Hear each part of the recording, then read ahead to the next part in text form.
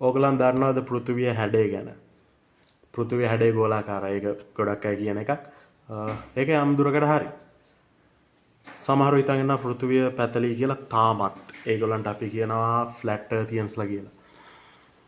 කොහොම හරි අවුරුදු 2600කට විතර කලින් හිටපු දාර්ශනිකයෙක් තමයි තේල්ස් ඔෆ් ද මිලේටස් කියලා කියන්නේ. තේල්ස් ඔෆ් ද මිලේටස් ඒ කාලේ තිබ්බ දේවවාදී මතවලින් බැහැර වෙලා ප්‍රකාශයක් කරනවා පෘථුවිය කියන්නේ තැටියක්. ඒක මුහුදේ පාවෙමින් පවතිනවා. ඒ වගේම ඉර හඳ වගේ ගිනි බෝල මේක වටේ කැරකෙනවා කියලා. ඉතින් ඒ කාලේ මිනිස්සු ඇහුවේ නැහැ එතකොට මුහුද තියෙන්නේ කොහෙද කියලා. නමුත් ඒක හොඳ අදහසක්. ඒක ඒ කාලේ හැටියට රෙවොලූෂනරි අදහසක්. මීට අවුරුදු 2600කට විතර කලින්.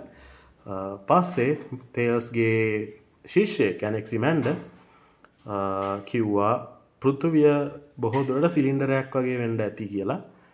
මොකද තේල්ස්ගේ අයිඩියා එක උනේ අහස උඩ පොළව යට.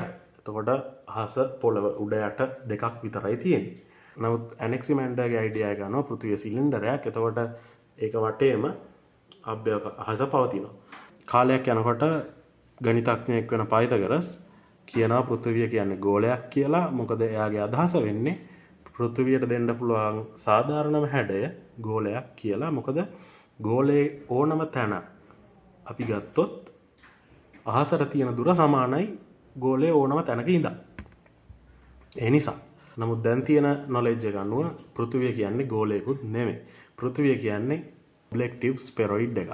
ඒ කියන්නේ ගෝලයකට ආසන්නයි නමුත් එක්සැක්ට් ගෝලයක් නෙමෙයි. ඒකට තියෙන හොඳම උදාහරණය තමයි හිතන්න පෘථුවියේ උසම කන්ද තමයි එවරස්ට්. ඒ කියන්නේ මුහුදු මට්ටමේ ඉඳන් පෘථුවියේ උසම කන්ද එවරස්ට්. හැබැයි පෘථුවිය මේ වගේ නම් අපි අහසේ ඉඳන් පෘථුවිය අල්ලන්න try කරනවා. මෙහෙම try කරනකොට උසම තැනනේ අපේ අතේ ඉස්සෙල්ලා වැදෙන්නේ ඉස්සෙල්ලාම. හැබැයි අපේ අතේ ඉස්සෙල්ලාම වැදෙන්නේ එවරස්ට් නෙමෙයි.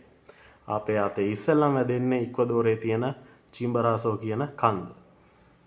මීට හේතුව තමයි පෘථුවිය එක්සැක්ට් ගෝලයක් නොවීම. මොකද පෘථුවිය එක්සැක්ට් ගෝලයක් නම් එවරස්ට් තමයි අපේ අතේ ඉස්සෙල්ලාම වැදෙන්න ඕනේ. මොකද එවරස්ට් තමයි උසම තැන මුහුදු මට්ටමේ ඉඳන්.